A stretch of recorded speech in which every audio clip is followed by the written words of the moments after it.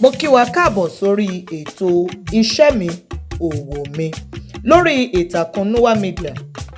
Lórí ètò yìí ni a ó ti máa fi ọ̀rọ̀ wá àwọn oníṣẹ́ ọwọ́, oníṣòwò àti òṣìṣẹ́ gbogbo lẹ́nu wò kí a bá lè máa rán ara wa létí wípé ẹ̀tọ́ ni fún wa láti ṣiṣẹ́ àbí láti ṣe òwò kí ebi má bàa pa wá.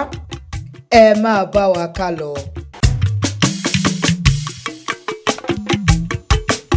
Orúkọ mi ni Àfọ̀njá Sodiq.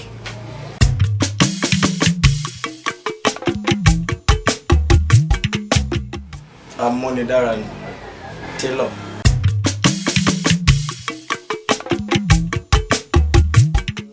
Ó jẹ́ iṣẹ́ tí èmi nífẹ̀ẹ́ sí láti kékeré. So ìdí nìyẹn.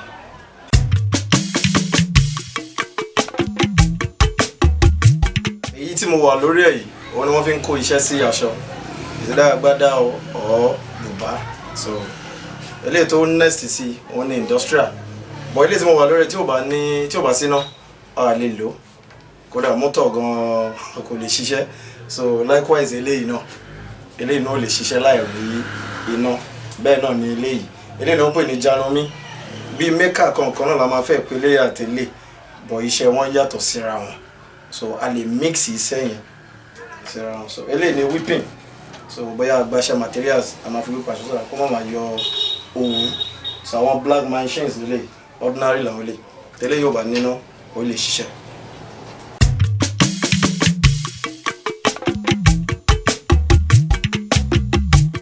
Àǹfààní tó wà ń bẹ pọ̀ jaburata. Torí before that bí wọ́n bá sọ pé season tá wà yìí bí ò lè ṣiṣẹ́ oṣù. Àǹfààní pọ̀ ń bẹ gan fún ẹni tó bá lè ṣe sùúrù ẹ̀.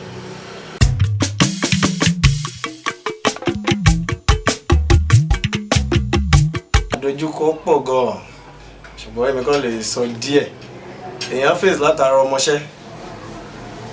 Èèyàn face látara customer.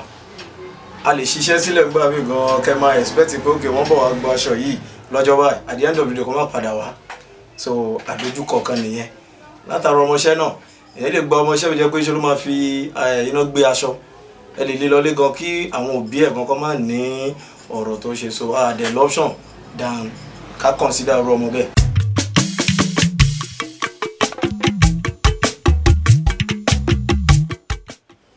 Àmọ̀ràn mi fẹ́ni tó bá fẹ́ kọ́ iṣẹ́ kì í ṣe tailor nìkan fún gbogbo oníṣẹ́ ọwọ́.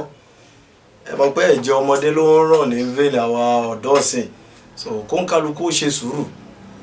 Kì í ṣe owó ni wàá lé lọ sẹ́nu iṣẹ́. Tó o bá ti kọ́ tán tó o ṣàṣeyege lọ́nà kọ̀nà lọ́lọ́run á fi wá ọlá títì ẹ fún ẹ. So kó ń kálukú wa ká ṣe sùúrù.